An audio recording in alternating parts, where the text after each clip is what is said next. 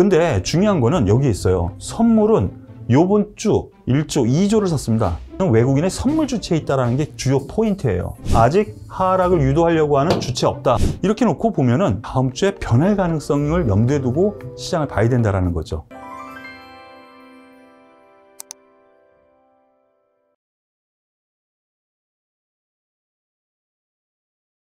안녕하세요. 이서구의 족집게 주식수다입니다.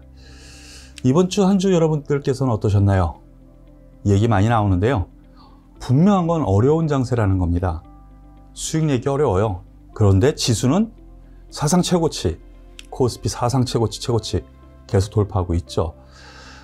소위 선수들의 영역이라고 합니다. 이런 장세의 흐름을. 순환배도 빨리 일어나고요. 그리고 주도주도 계속 바뀌죠. 예. 저와 함께하는 이 시간, 여기에서 많은 걸 좀 얻으셔서요. 다음 주에 도움이 되셨으면 좋겠습니다. 자, 지금부터 이서구의 족집게 주식수다 시작하죠. 자, 그러면 이번 주 이서구 너는 한마디로 정리하자면 어떻게 얘기할 수 있니? 라고 한다면 단기 상승 추세, 이거 계속 우리가 해나가는 거죠. 단기 상승 추세 유지, 그리고 중요한 게 여기 있습니다. 중기 추세도 다시 상승 전환을 했다. 즉 중기 투자자도 이제 마음 놓고 투자해도 되겠다라는 것을 시장이 보여줬다는 겁니다. 다만 누구나 먹는 그런 장은 아닌 것 같아요. 작년엔 누구나 수익 냈죠. 사고 나서 뭐 그냥 손해받으라도 가지고 있으면 뭐 1주 혹은 한 달 뒤에는 수익으로 돌아서 가지고 수익을 누구나 냈거든요. 그런데 지금 장은 완전히 다릅니다. 어려운 장이에요. 그것을 종목별, 섹터별 장세, 그리고 순환매 때문인데요. 어렵습니다. 이래서 공부도 많이 하셔야 되고요. 공부 경험도 많이 쌓으셔야 돼요. 그리고 그것도 안 되면 저희와 같은 전문가의 도움도 필요한 장이 아닌가라는 생각이에요. 저와 함께 하시면 됩니다. 그러면 다음 주 한마디로 예상하자면 어떻게 보니 투자 여건 양호합니다. 투자 여건 양호해요. 수익률 게임은 계속 전개가 됩니다. 이게 참 어려운 말이에요. 수익률 게임. 그래, 투자 여건이 양호해서 투자할 만해. 그런데 수익 내기가 어려워. 다만 먹는 사람들은 제대로 종목별로 펑펑 튀면서 수익이 많이 나고 있는 장. 그래서 차별화도 나타나지만 투자자들도 차별화가 되죠. 체감지수가 낮은 사람도 있고. 그리고 이번 주 중요한 게 있습니다. 주도주, 대장주가 과연 무엇일까? 그것을 찾아내야 하는 그런 한 주가 되지 않을까라고 생각하는데, 여기서 하나씩 살펴보면서 왜 그런 말을 하는가라고 찾아보죠. 해외 증시 주변 환경부터 보겠습니다. 해외 증시를 왜 알아보냐면요. 우리나라 같은 경우에는 내수가 작죠. 경제 구조가 수출을 벗어나지 못하고 있습니다. 그래서 거기서 수익을 내서 내수를 부양하는 그런 효과를 좀 나타내는 그런 경제 동향이기 때문에 해외 증시에 따라서 우리나라 증시의 어떤 종목이, 어떤 업종이 좋은가, 그거를 찾아내는 바로미터거든요. 그래서 이 부분을 살펴봅니다. 다우산업지수입니다. 다우산업지수. 자, 보시죠. 지난주 바로 이 시간, 그리고 이번 주 월요일 쫄지마 기억나십니까? 예, 열흘 넘게 하락을 했습니다. 그리고 저점을 찍고 이번 주 내내 올라왔죠? 월요일부터. 오늘 밤에 또 있습니다. 그런데 사상 최고치는 아직 못 미쳐요. 자, 여기에서 답글에 그런 분도 쓰셨더라고요. 저렇게 뭐 이렇게 차트 그려놓은 거 보여주고 누구나 할 수 있는 거 아니냐? 뭐 조금만 뭐 아는 사람이 다 할 수 있는 거 아니냐? 중요한 거는 이거를 어떻게 해석하느냐죠. 지금부터 다시 잘 따라오시죠. 저는 지난 시간에 뭐라고 했습니까? 다우산업지수는 하락을 했지만 S&P 같은 경우에는 하락 흐름의 중간 정도, 나스닥은 상단 부분. 그러면은 미국 증시에서도 뭐라 그랬어요? 순환매장 다우지수.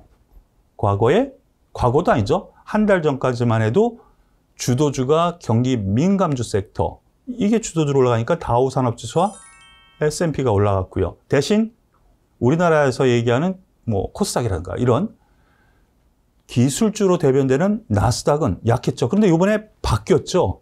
그러면서 순환매 흐름으로 인해서 최소한 중립은 됩니다. 이렇게 해석돼서 투자 여건은 아직 할만합니다. 아직 부러지지 않습니다라고 말씀을 드렸죠. 이런 거를 해석을 하셔야 돼요. 이거 읽는 게 아니고요. 그 자체를 어떻게 해석하느냐에 따라서 투자 여건이 좋습니다. 사십시오. 매수해도 좋습니다. 안 좋습니다. 지금부터는 조금씩 올라올 때라도 매도를 해서 조심을 해야 됩니다. 아니면 뭐 그런 전략을 필 수 있는 거죠.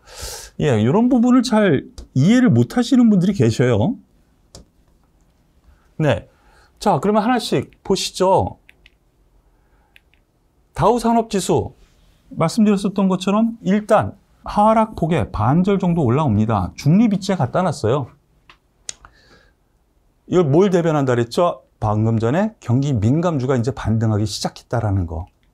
그리고 S&P 사상 최고치 S&P 박스권 중간 정도 와서 반등 들어오기 시작해서 사상 최고치 지난밤에 올라와서 긍정적인 요건 여전히 유지가 되고 있습니다. 그런데 여기서 잠깐 보시죠. 나스닥입니다. 나스닥 보시고 최근 나흘 동안의 흐름을 보세요. 우리나라 증시 보시고요. 최근의 흐름 거의 똑같지 않습니까? 거의 똑같아요. 거의 똑같아요. 즉 최근에는 나스닥 흐름을 따라가더라 라는 흐름 안에서 우리나라 증시가 움직였다라는 거. 그래서 여기에서 놓고 보면은 기술주가 좋을 수 있어 이렇게 생각이 될 수도 있겠죠. 근데 우리나라에서는 현상이 다르게 나타났어요. 잠시 뒤에 종목별로 하나씩 살펴볼 때 그 부분 말씀을 드리죠. 나스닥 사상 최고치 앞에 고점까지 돌파를 하면서 최근에는 강세를 나타내는 주도적인 역할을 합니다. 그런데 얘가 주도적인 역할을 하는데 보시면은 이제 다우지수가 좀 더 싸진 흐름이 나타나죠. 예, 싸졌어요. 미국 증시에서도. 그런데 간밤에 나타났었던 현상이 뭐죠? 경기 부양책 합의.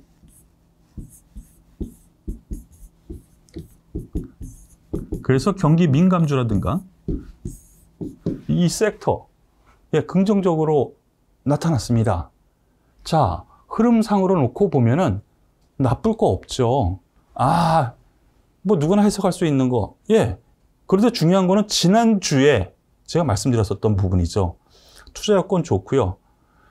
우리나라 단기 추세 상승이고 중기 추세도 상승 전환 물음표.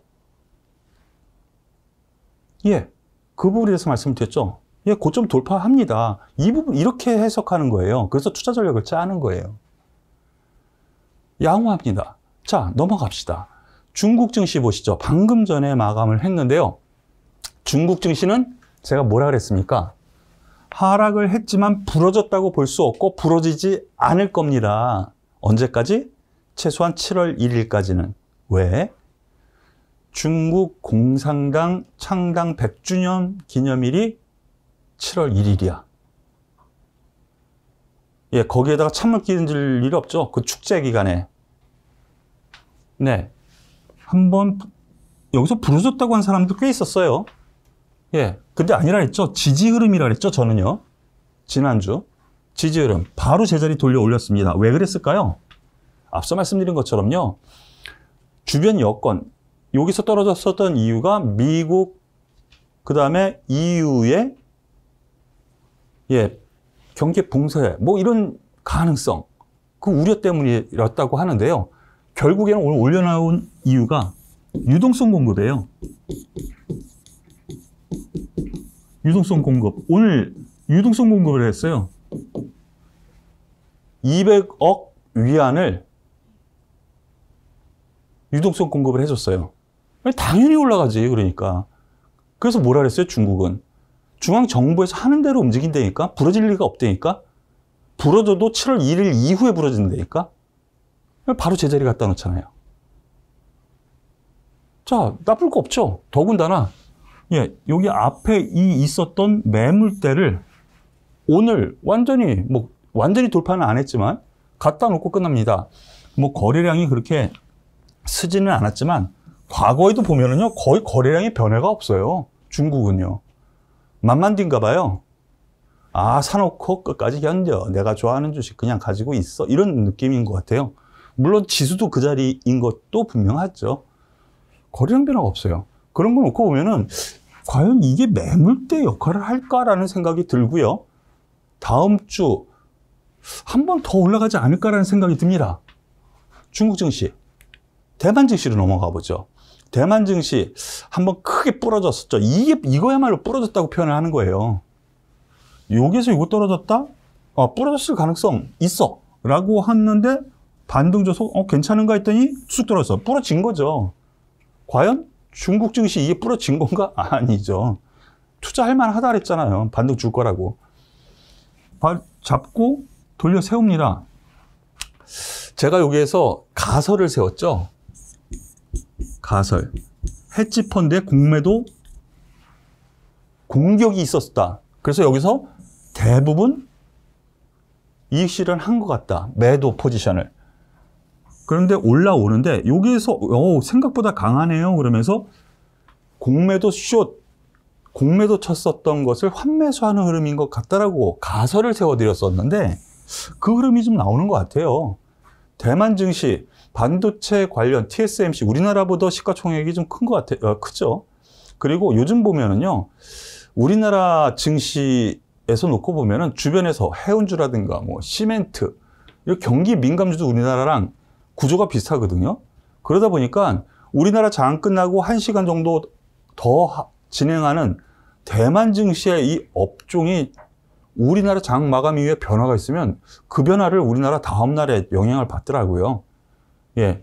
그런 면에서 보면은 대만 증시도 무시할 수는 없는데 우리나라보다는 약합니다. 자, 보시죠. 우리나라 어떤가? 지난주 제가 말씀드렸었던 부분 그대로 말씀을 드리죠. 여기서부터 말씀을 드렸죠. 여기서부터. 물론 여기 뭐 계속 말씀을 드렸지만 추세선 여기서부터 그었잖아요. 여기서부터. 단기 추세 상승입니다. 이게 언제예요? 3월 9일. 그리고 3월 마지막 주. 여기서부터 시작을 해서 추적을 해 나갔잖아요. 단기 상승 추세는 시작된 것 같습니다. 가잖아요. 네가 얘기했으니까가 선을 그어놨으니까가 아니에요. 이것도 이론이고요. 저만의 또 비법이 있는 거고요. 책에도 나오는 부분이기도 해요.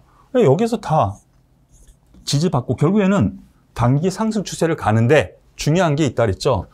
단기 상승 추세는 계속 가. 근데 중요한 거는 지난주에서 바꿨습니다. 단기 상승 추세 전환하고 물음표를 지난주에 찍었어요. 보시죠. 예. 월요일 부러지는 거 아니죠? 급락을 했다가 바로 세웁니다. 이걸 뭐라 그랬죠? 기억하시는 분 손 들어보세요. 플랫폼이라고 그랬죠? 디딤돌. 올라가기 위해서 한 발 뒤로 빼거나 아니면 뒤져서 올라가는 플랫폼이라고 그랬죠? 그래서 커피잔이라고까지 내가 얘기를 했어요. 기억나세요? 커피잔. 커피잔. 여기가 매수 포인트. 이렇게 손 걸치는 거. 손잡이. 예, 커피잔. 딱 커피잔을 만들었잖아. 이것도 매매 기법이에요. 미국의 대가가 쓰는 기법인데 감히 제가 그분의 이름을 올리지는 않겠습니다. 여하튼 딱 맞아 떨어졌네요. 커피잔을 손잡이를 딱 만들고 급등을 합니다. 그럼으로 인해서 어떻게 됐어요?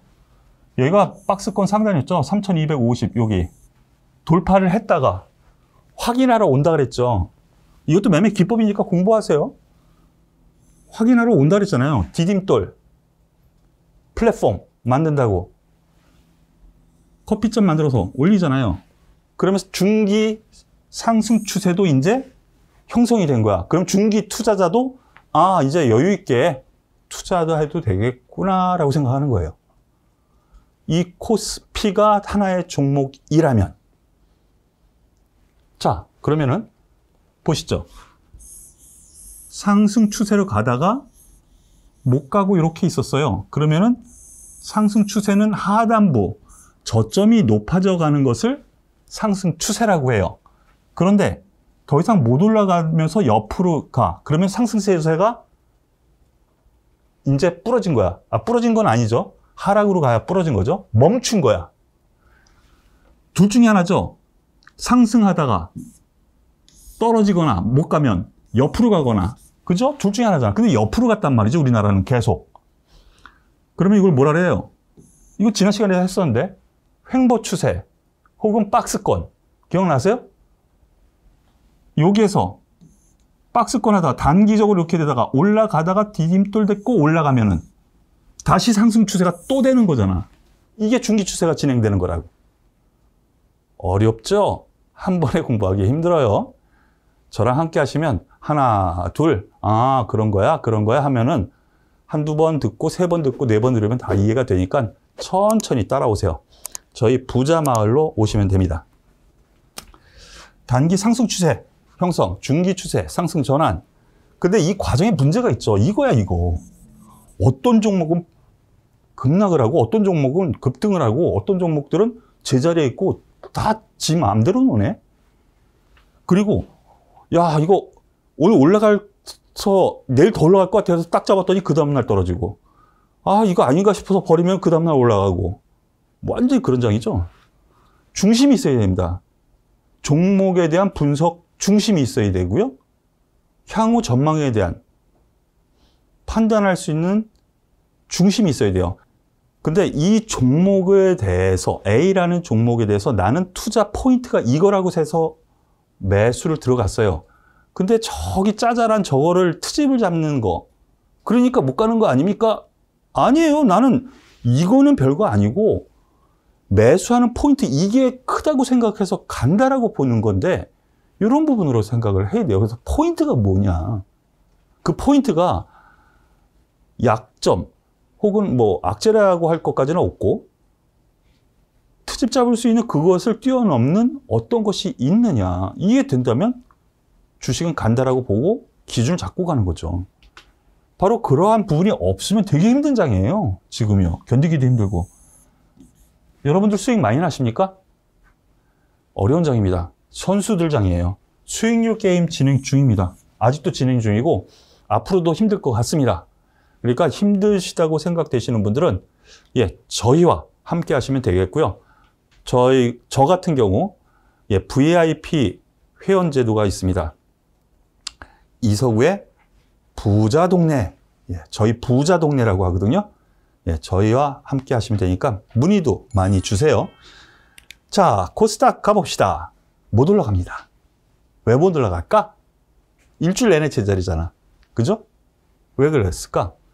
코스피 대비 상대적으로 약세를 보였어요. 이거 지지난주랑 완전히 다르죠? 보세요. 완전히 얘는 지지난주랑 완전히 다르잖아? 왜 그랬을까? 이것도 순환매가 나와서 그래요. 뭐의 순환매일까? 대형주와 중소형주가 이제는 지지난주에는 중소형주가 쭉 올라가고 대형주가 그냥 조금 빠지든가 이렇게 아래에 있었는데 이번 주에는 대형주가 올라가다 보니까 중소형주가 상대적으로 힘을 못 쓴 거야. 이런 현상으로 놓고 봐야 돼요.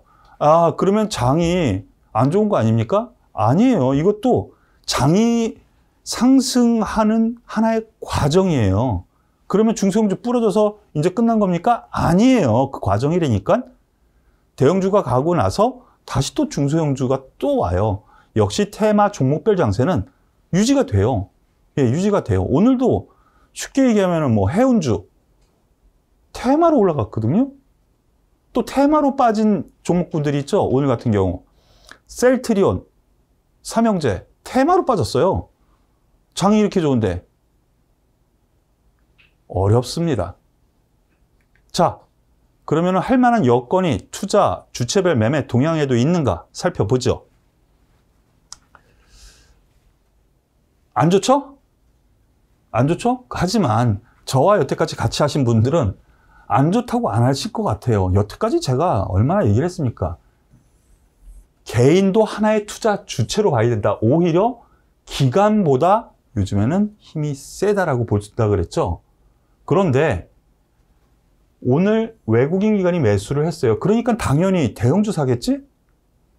그러니까 코스피가 당연히 더 강하겠지? 이것도 하나의 순환매고 외국인, 개인, 기관의 투자 주체별 순환매라고 볼 수 있는 거예요. 근데 중요한 거는 여기 있어요.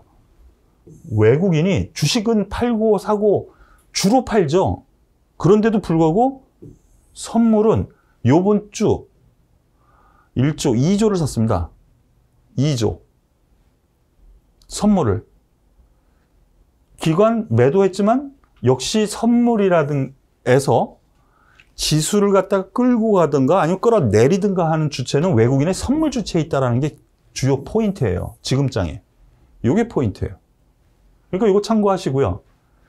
다만 하락으로 이끌 만한 요인 만들 수 있습니다. 과거 금융위기 때 그랬어요. 금융위기 때 쭉쭉 올라서 사상 최고치 돌파를 하고요. 떨어졌습니다. 금융위기 터졌다고 해서. 그런데 다시 올라갔습니다. 그리고 고점을 다시 한번 뚫었어요. 그런데 그 과정에서 근 3주 동안을 외국인이 옵션 포지션을 대거 하방 포지션을 짰어요. 그러면서 끌어올렸어요. 지수를. 그러면서 한 방에 2400포인트에서 몇 포인트까지? 960포인트까지 반토막 이상. 근데 이 부분에서 제가 체크를 해드린다 그랬잖아요. 이거는 개인들이 못한다니까. 웬만한 전문가들도 못해요. 제가 해드릴 수 있어요. 외국인 뭐 하방 포지션? 이라고 볼 수 없어요. 선물로 끌고 다니면서 장난만 치고 있어. 한마디로. 아직 하락을 유도하려고 하는 주체 없다. 그러면은 한마디로 요약해서 정리를 하면 투자할 만하다 아직. 단기 상승 추세 유지, 중기 추세도 상승 전환을 했다. 그렇다면 여기서 우리는 어떤 종목으로 접근을 해야 되느냐 요것만 관점을 가지면 돼요. 요번 주, 다음 주. 아시겠죠?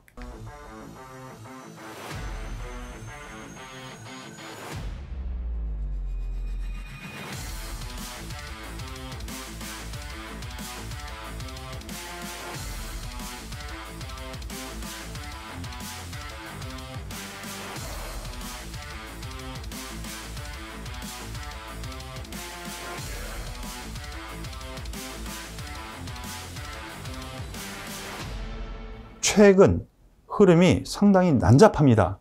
제가 VIP 회원 방송에서도 말씀을 드리는데요. 장 상당히 난잡해요. 이런 때 종목에만 집중하면 됩니다. 라고 합니다. 카카오, 제가 공개 방송, 바로 이 카카오요. 공개 방송하는 날이 바로 요 빨간 날이었습니다. 여기.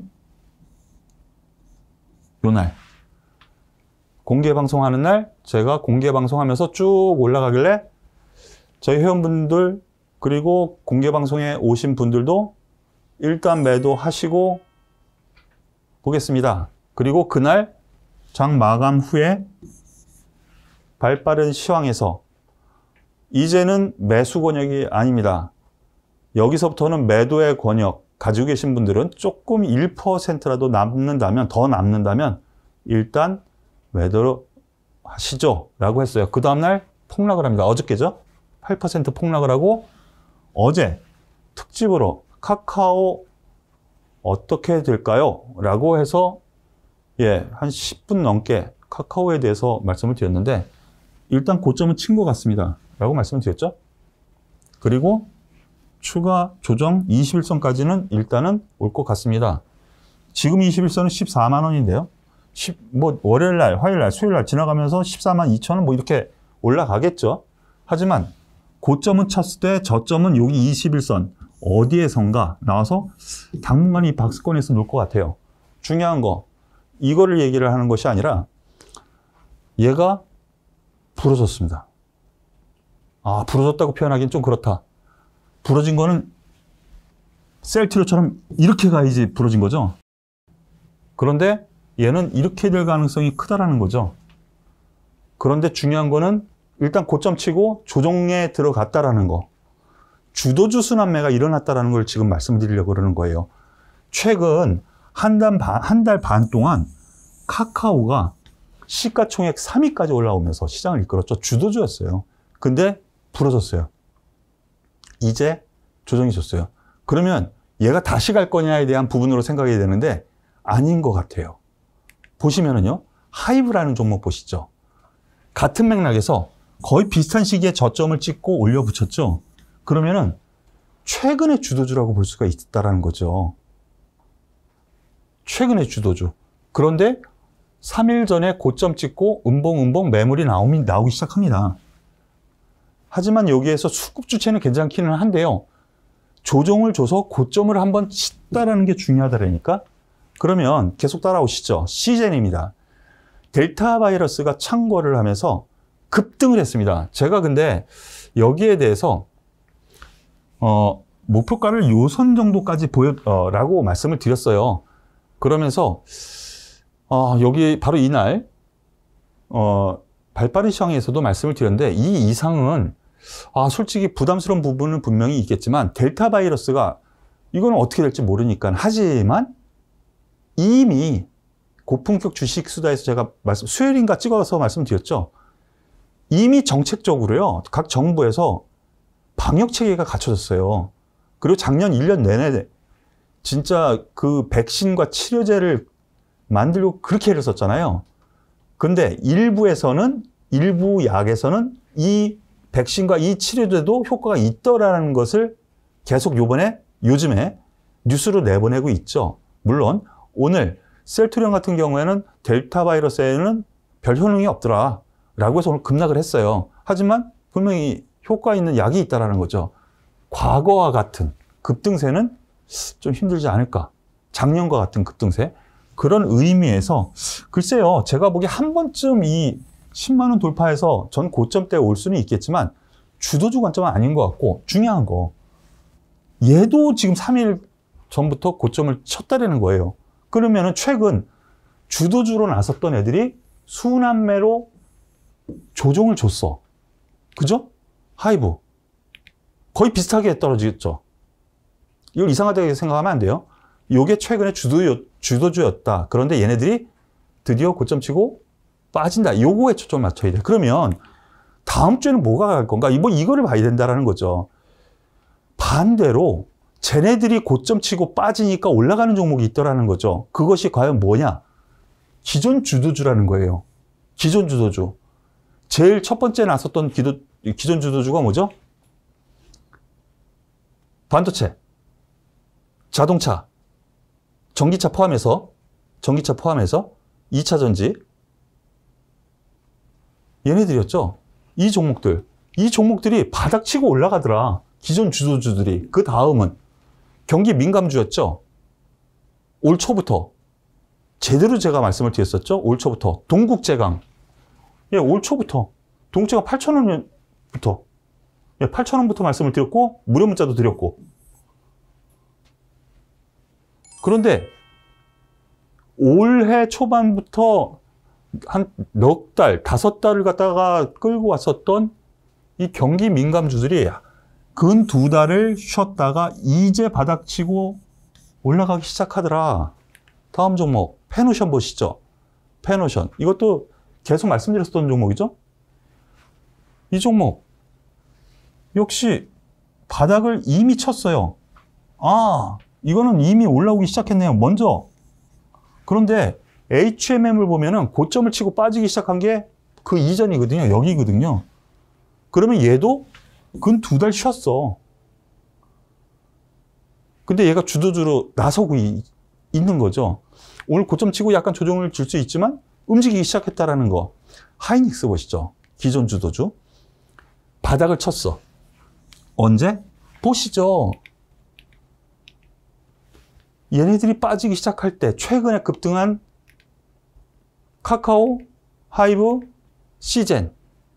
얘네들이 빠지기 시작하면서 얘네들이 올라갔어. 기아, 자동차 보시죠. 기아. 거의 비슷한 맥락이죠? 그리고 SK이노베이션. 요번 주 내내 올라갔어요. 오늘 조정 좋지만 바닥 잡고 올려 이 상황을 놓고 보면 기존 주도주였었던 IT에서도 반도체, 자동차, 2차 전지, 이 권역, 작년에 주도주, 그리고 올 초부터 5개월 동안 끌고 왔었던 철강, 화학, 조선도 있죠? 조선, 기계, 이러한 경기 민감주 섹터가 이제 올라가기 시작하더라. 이렇게 놓고 보면은 시장은 다음 주에 변할 가능성을 염두에 두고 시장을 봐야 된다는 거죠. 이해되십니까? 경기 민감주일까? 아니면 작년에 올렸었던 기존 주도주일까?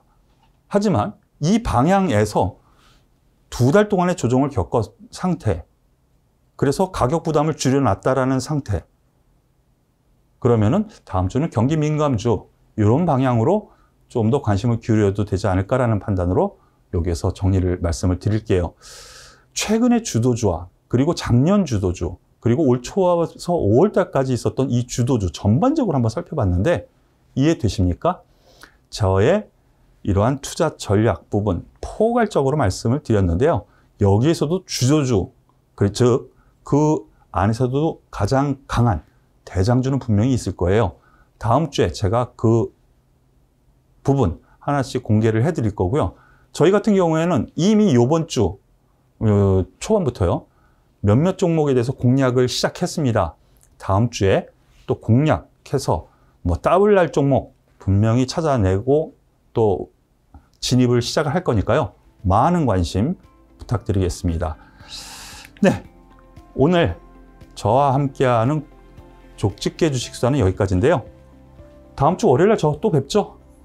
다음 주 월요일날은 라이브 생방송으로 말씀을 드리겠습니다. 저녁 7시에 이번 주 핫할 뉴스, 거기서 찾아보는 종목들로 여러분들과 함께 알아보겠습니다.